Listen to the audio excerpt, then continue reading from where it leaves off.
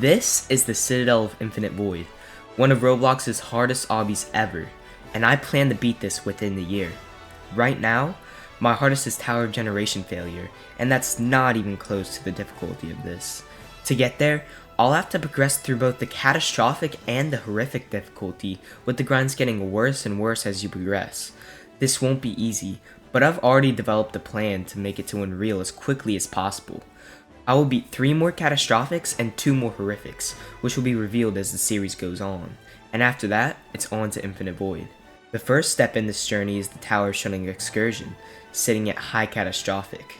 At first looks, this seems like a cakewalk compared to other katas, but let me tell you, this is pure hell. A side, the most painful side in my opinion, has some of the worst loop filling in any tower. If you get past this though, you make it to the true beginning of this tower, B side. B side is littered with GBJs at every point, meaning if you fail any jump once, the run is over. This tower also does have a C side, but we won't get into that until the next episode. You might ask, why did I choose this tower instead of something more known? Well, after I completed Generation Failure, I was expecting to do Tower of Elongated Runs, but I suffered making it to just the 3rd floor. After failing the first jump of 3, I knew the grind wouldn't be worthwhile, so I tried out a tower my chat had recommended me, Tower of Shunning Excursion. I found it fun, and I was rather good at it, making me choose it over Elongated Runs, bringing me to where I am now. And with that, we can get on to the main content of this episode, the grind.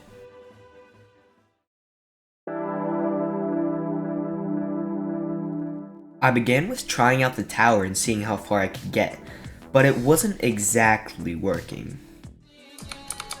Wait, I forgot how to do this strat. Okay, that's it. That's stupid to grab, okay. My strategies for jumps were definitely not optimal, and after a little bit of playing, I headed to practice. Floor 1 did have some tough jumps, but for the most part, Floor 2 is where the trouble started. You kinda gotta, I think you got the angle for the second one.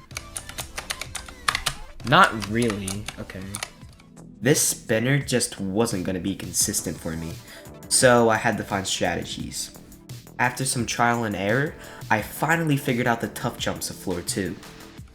Don't sell. That's literally what you have to do when it sticks out by 1. In my opinion, Floor 3 is a break on these first couple floors, and I learned it rather quickly. This one jump would be a struggle though. Yep, that's gonna be the bane of my existence too. That's a trash jump, okay. Besides that, Floor 3 wasn't too bad, and I started to practice the hardest floor of this section, 4. Mostly every jump needs very specific and very complicated strategies that also need to be done well. After some lackluster attempts, I roughly knew what to do, and it was back to normal attempts. My practice did not seem to pay off though, as over an hour of playing only got me to Floor 2 a few more times, where I would fall at the very start and make no progress. With that, it was back to the drawing board, and if I wanted to get past the first 2 floors, I would need a whole lot of practice. This is where I decided to beat each floor individually, like I have with old grinds. To make sure I'm using the best possible strategies here, I needed a video. And this brings us to one of the biggest jokes that came from this, BayBDawg. For now, I would just watch his completion for strats, but it would get much worse later on. This refining took about an hour for side A, but now with the proper strats, it was time to do runs of the floors. Floor 2 was rather easy to do a run of, and 3 was even more free. After reviewing these floors one final time, it was time to pass 4. Some of these strategies required a lot of setup, but when they are down to muscle memory, things become a lot better. Everything seemed to be consistent, but my strategy for the final jump of 4 here was wrong, and it would cost me. After that, and quickly passing 5, the practice was done, and I was ready for more runs now. Personal best. Nope, overthought my life choices there. As soon as I made it back to Floor 2, I found it extremely easy and consistent. After that fail, I made it back within 5 minutes, and this run happened, showing how great my practice was.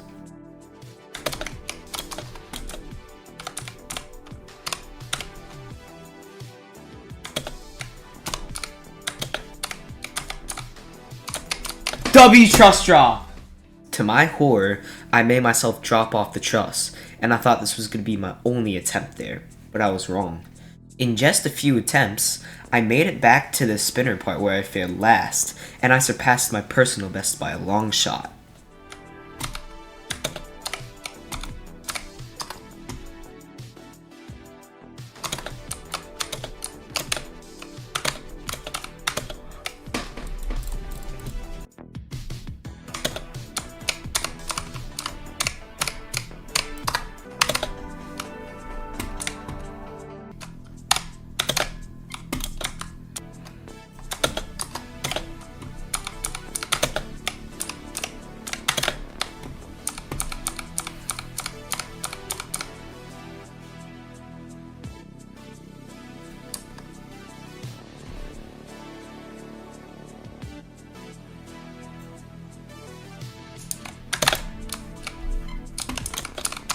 I was so close to 5, but I failed the last jump of 4. I would get some random 4 attempts, but they all ended pretty quick. Honestly, I don't even remember this, but apparently this is how day 1 ended.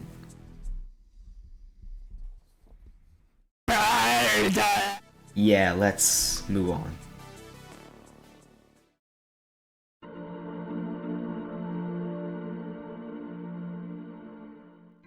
The next day would bring some progress, but nothing crazy.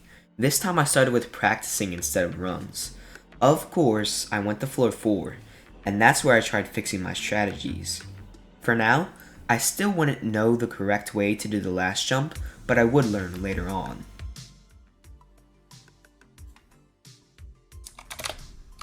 I failed it again. Nah, because if you turn, it kills you anyways. After I thought I was ready for 4, I went to practice the later floors. The first one I did was floor 5, because I didn't exactly practice too well the day before. I guess I hope I'll pass it, but everything seems consistent enough to that point where I can actually, get it done.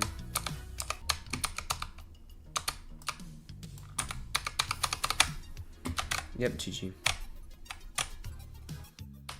After making it to 4 though, I knew I could actually make it to the next part of this tower, which I will introduce when I make it there. The worst floor in my opinion, 6, is what I practiced first. From that point, I just brushed over everything in order. 7 has some confusing jumps, and 8 had a spinner. This portion was what I did yesterday, but on a larger scale. I kept going through the tower, and I went through 9 briefly with this horrific button progress. 10 with another brutal spinner, and after that I had to practice the B side. For the most part, I did expect myself to make it there after a run to 6, so I went over it, but nothing in depth yet. The good part of this day was practice though, because do you want to guess what happened that day? Well, just watch.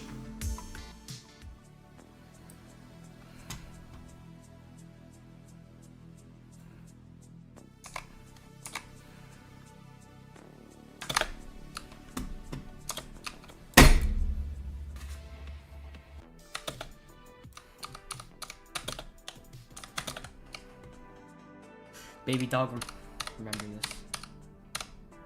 For the day I die. BayBDawg sold me from the beginning! Yeah, the consistency on 4 was almost perfect. I say almost because my strategy for the last jump was not it, and it clearly showed in my runs. None of this practice for later floors would even matter if something as small as this prevented progress. To make any, I will need to pass that jump and make it further into the Shunning Excursion.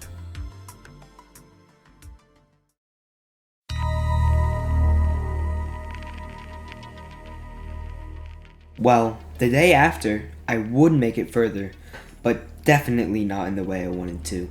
To start off, practice was much shorter. I dived into floors 4 and 5 a bit more, and also tried further improving some strats on 7 to 8 and 9 to 10. Apparently I didn't do enough though, and it would come back to bite me. The run started off really good though, actually. In just 30 minutes, something great happened. Yes! Remember the focus points. What did you learn? Oh, buddy, how'd I get the floor? 5 dunking him LeBron James style!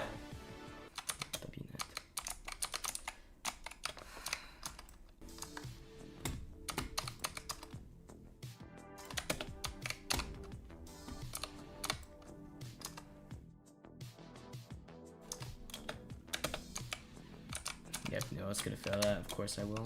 I'm gonna fail every single choke point in the floor.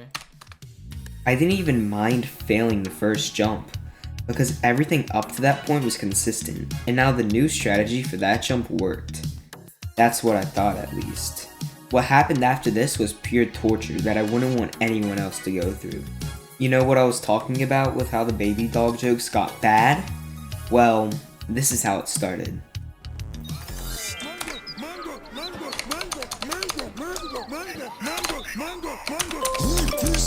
Give me that bottle of water. Wait a minute, that's not how we talk. What are the magic words we use when we ask for something?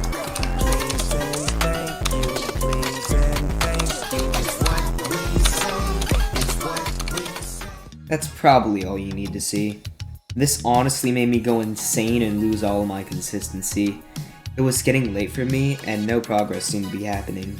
So I decided I would have one more shot at this and then call it a day. I shouldn't have done that. Yep. I'm happy I did that. I was scared I was gonna feel it anyways.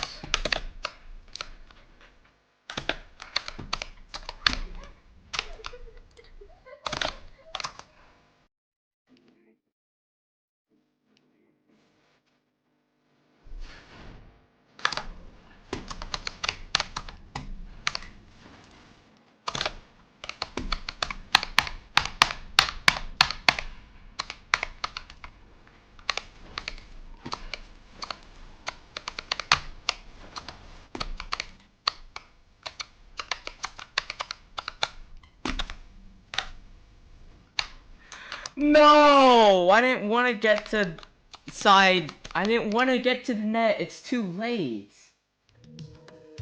Everything seems great right now, but it changes quickly as I realize how late I'll have to stay up. Now that I've finally made it here, it's time to explain this section of the tower, 6 to 8A. This can either be the worst loop fail of a run, or the most consistent.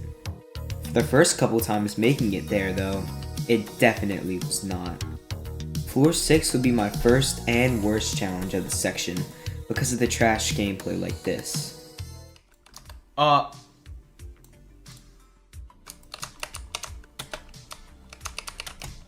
After some pretty bad loop fail, I got to the next part of the net, 7A. In my opinion, it's the easiest of the three, but possibly the most learning. Because of that, it took a couple of attempts to pass. No one's selling these gems for free.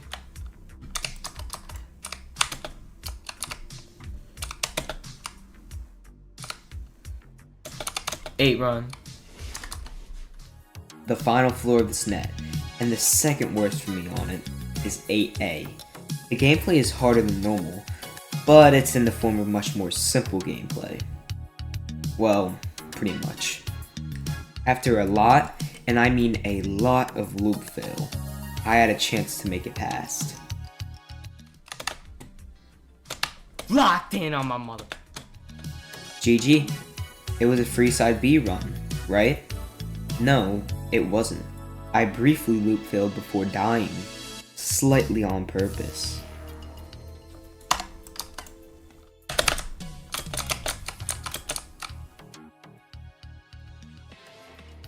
That fail, of course, ended the run and that entire day of runs. It was good progress though, and I would definitely take it, even if I would be tired the next day.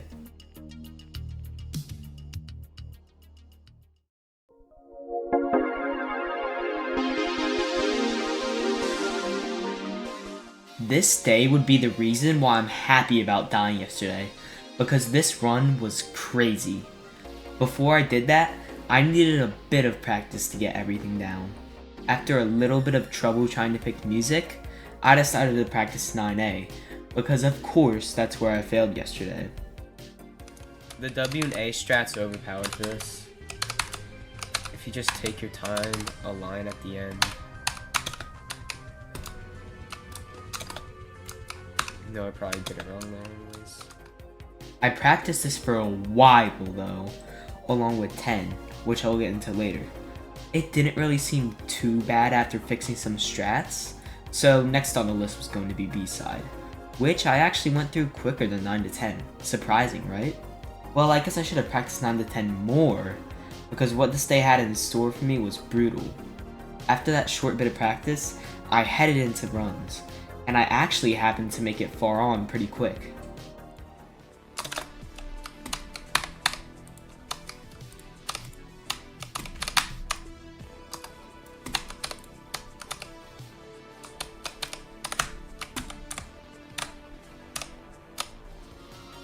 Things were actually looking good for once. Side B could be in sight. I would just have to pass 2 more nets. My mood quickly changed after failing the net for 2 hours though. Yep, you heard me right. 2 torturous hours that once again probably made me go insane. Here are some clips of my progression.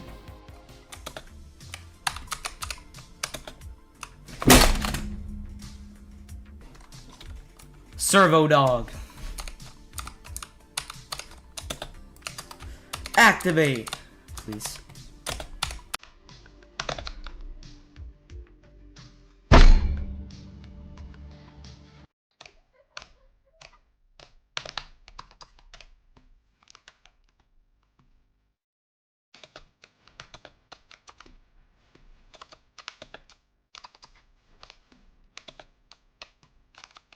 That's just Bob. Oh my God, Snoop Dogg is the best at locking in!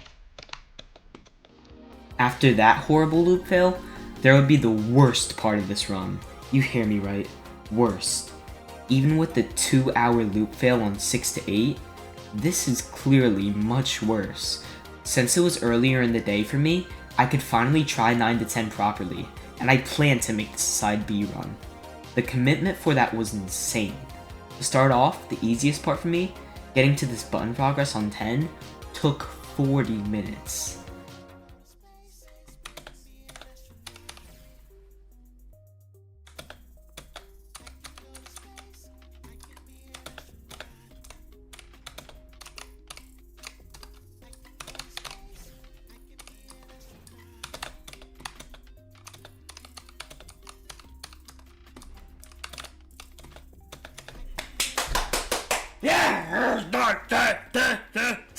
I would fail 10 early on, and the button progress felt like it took years to pass.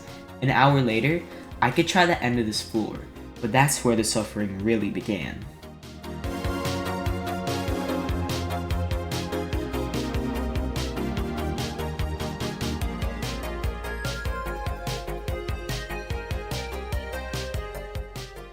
I thought it was close, but it wasn't anything compared to how long I was really gonna spend here.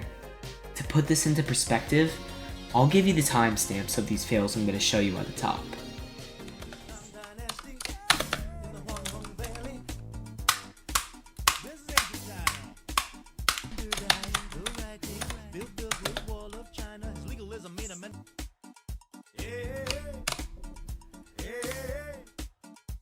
The pizza man who lives in Doggy Yes, I know the pizza man. 3 hours. That's how long I constantly played and loop failed for. After that though, I had just gained enough consistency to pull off this run.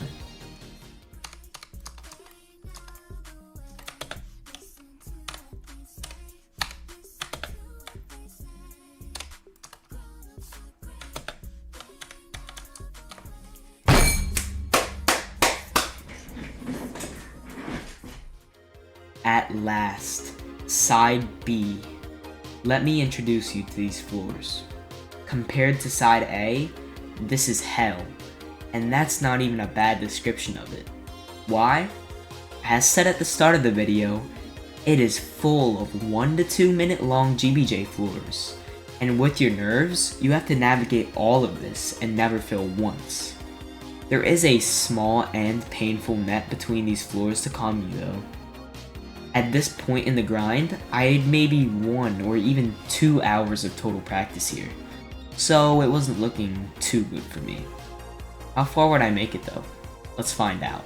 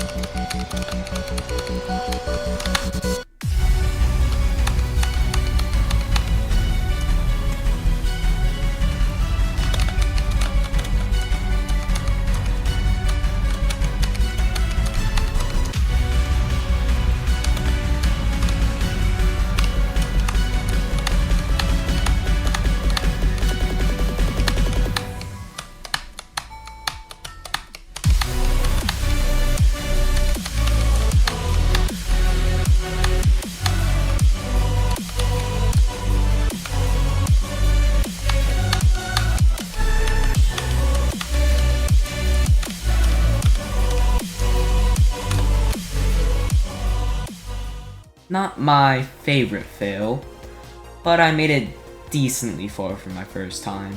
The squid glitch happened that could have been avoided, but I was nervous of course, and it stopped me from really thinking straight. With that, I had ended a 7-hour session off with my first side B run, and there was many more to come.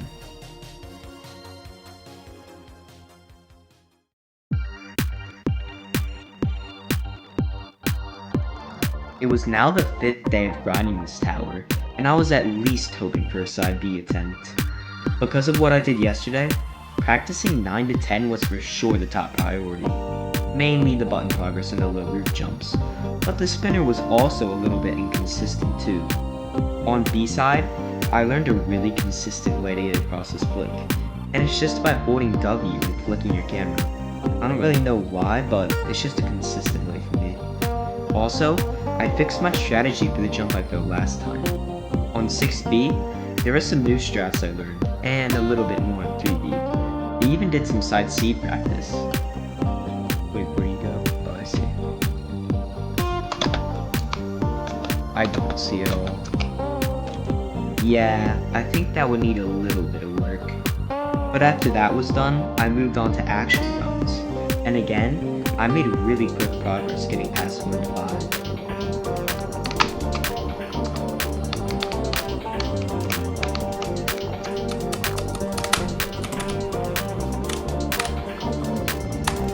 Bro, look, why is it so easy? The main problem of today's runs was actually 6 to 8. As you know, some gameplay is really inconsistent on these few floors, and definitely should be. So that's what I did. Fail.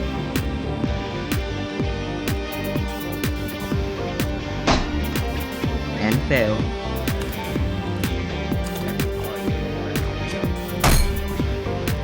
And guess what?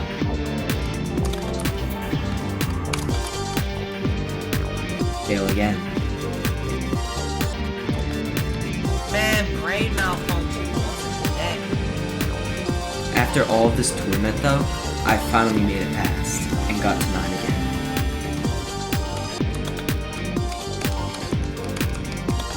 What does the BayBDawg luck work? Crazily, 9 and 10 weren't even that bad for me. I really quickly got the button progress, and I did that without too many long fails. You're locked in 410. Last run, this section was really painful, so passing it that quick gave me some motivation, and what I did after also helped my mindset. Floor 10, the one that made me suffer the most last run, became the most consistent. I'm not too sure how it changed this quickly, maybe from yesterday's playthrough, but it was now practically free. On my first try, I even got to the low roof section. I honestly couldn't. Hold up. Yeah, never mind. After doing the button progress again, I managed to second try the entire thing somehow.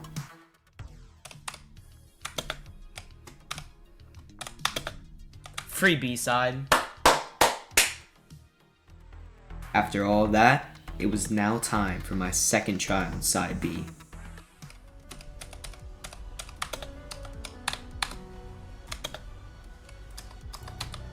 Wow, that was it. That was almost it.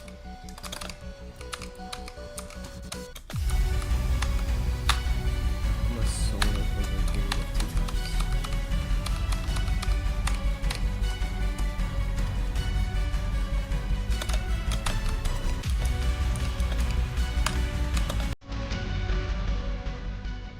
Bro. And I wasted my chance. I made the jump, but I just happened to walk off at the end. Of course, that fail would bring an end to that day of attempts, and after that, I would just play some random games.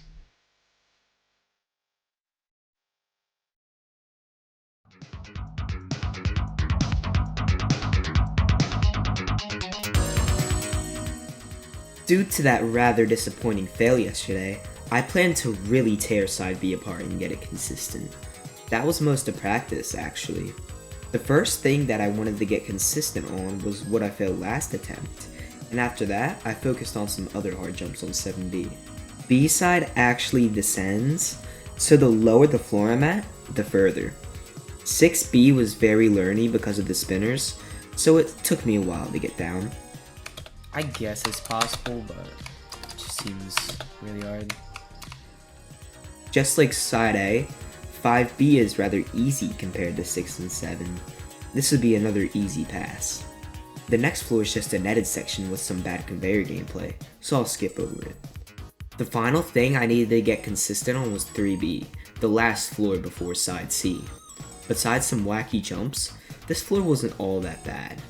With that, practice was finished for the day, so I could finally get a nice attempt in. As for 1 to 5A, it went really well, and I got one of my fastest times yet for making it to 6A.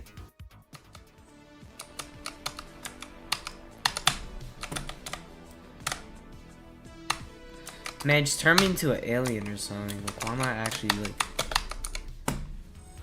Honestly, I thought I was gonna try 6 to 8 for once until this happened at the very end.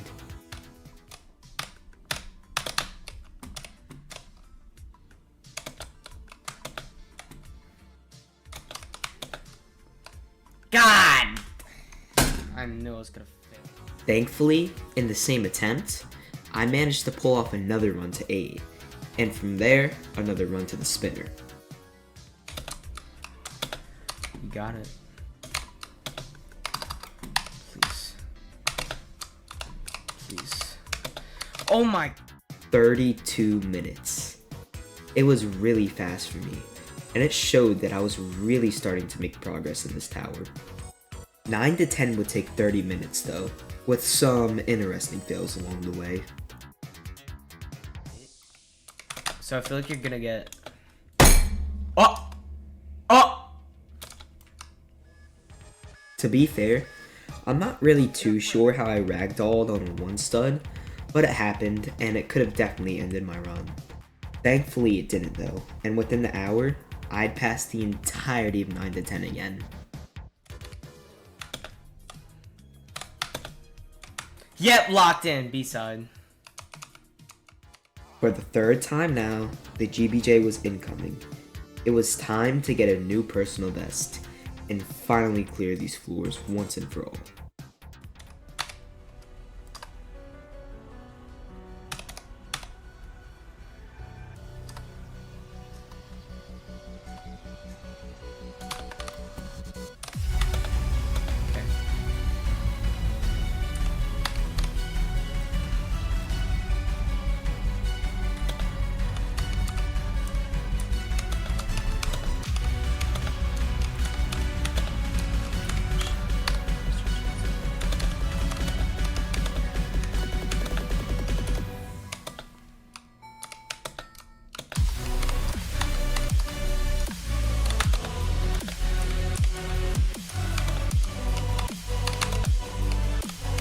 God, how do I do that?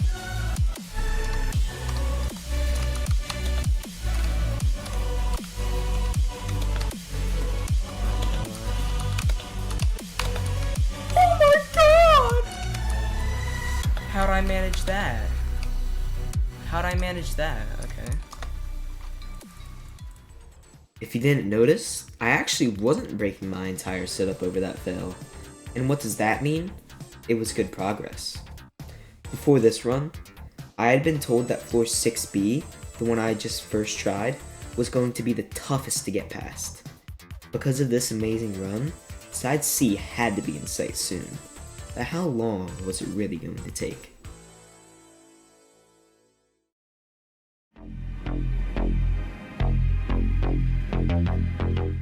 An entire week had already passed in the grind, and the progress was definitely good.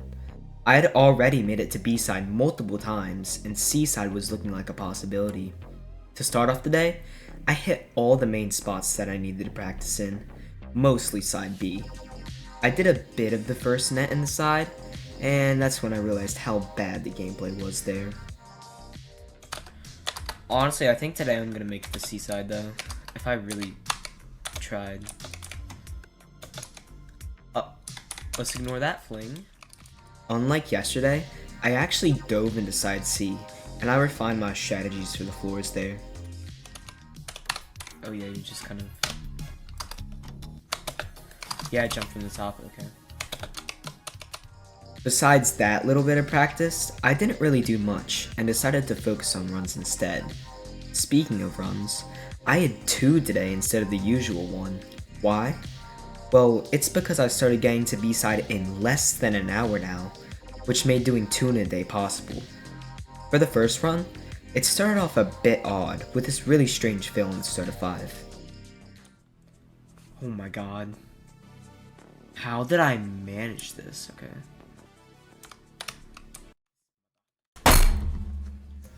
After that setback though, I bounced back and pulled off a run to 6A in a couple minutes after.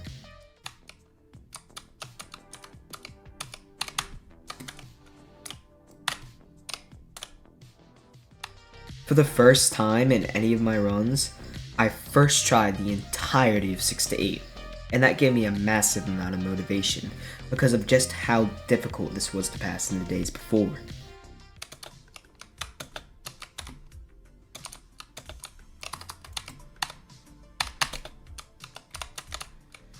Oh my god, wow. 9 and 10 were also surprisingly a breeze, and I managed to get to side B in just a little over 40 minutes.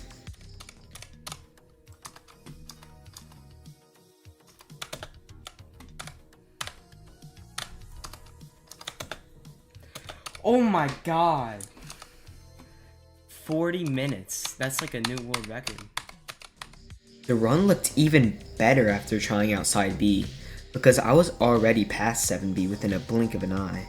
All that was needed now was to pass 6B, and I could easily get a new personal best.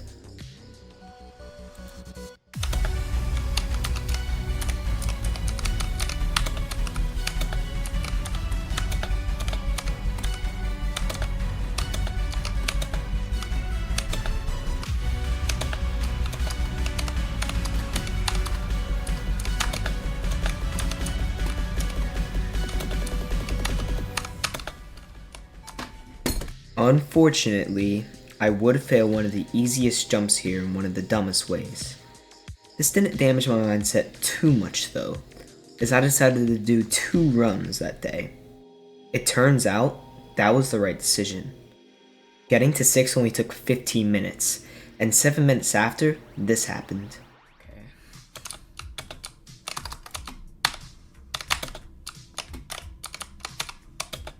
"20-minute 9A run." I was getting far really fast now.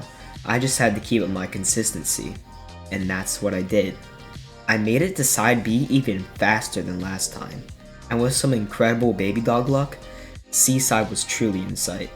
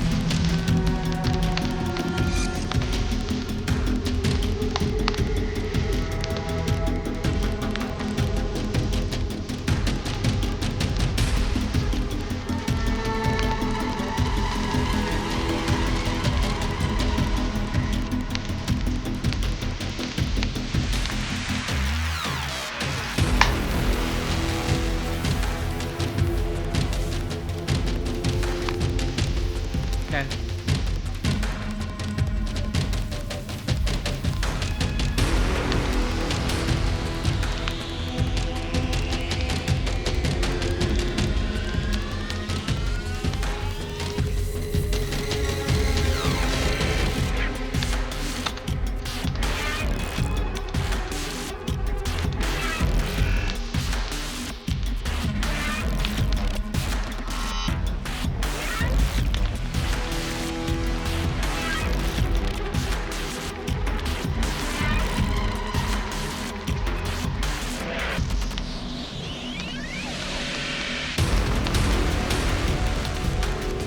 Side C!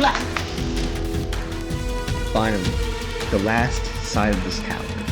Side C is by far the most difficult side of this tower, and you'll see why next episode. Why? Well, let me explain.